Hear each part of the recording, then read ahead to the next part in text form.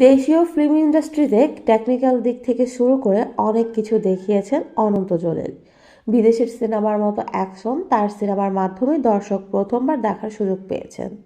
আলোচিত এই নায়ক ও ব্যবসায়ী অনন্ত জলিল সহ 6 জনকে আসামি করে ঢাকার চিফ মেট্রোপলিটন ম্যাজিস্ট্রেট আদালতে মামলা দায়ের করা হয়েছে।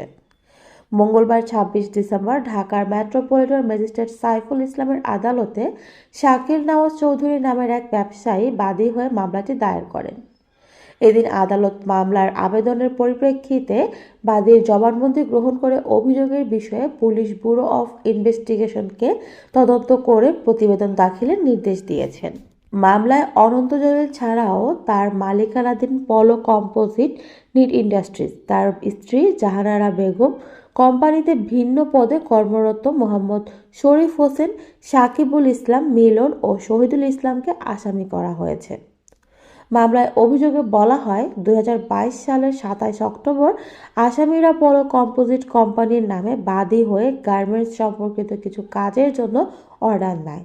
এরপর বাদী কাজ শুরু করে কাজের বিপরীতে টাকা চাইলে আসামিরা কাজ চালিয়ে যেতে বলেন এবং এলসির মাধ্যমে টাকা দেবেন বলে জানান।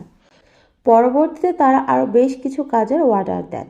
একই বছরের মার্চ পর্যন্ত বাদী সবগুলো কাজ আসামিদের বুঝিয়ে দেন। এরপর গত ১৫ মার্চ টাকা পরিশোধের জন্য মার্কেন্টাইল ব্যাংকে আসামিরা বাদীর একটি এলসি করেন। পরে বাদী টাকার জন্য ব্যাংকে যোগাযোগ করলে এলসির কাগজপত্রের ত্রুটির জন্য টাকা উঠাতে ব্যর্থ হন।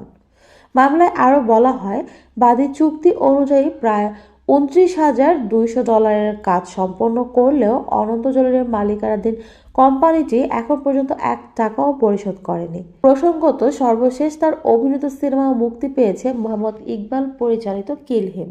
এটি দর্শক মহলে বেশ সাড়া ফেলেছিল। মুক্তির অপেক্ষায় রয়েছে আরও বেশ কয়েকটি সিনেমা।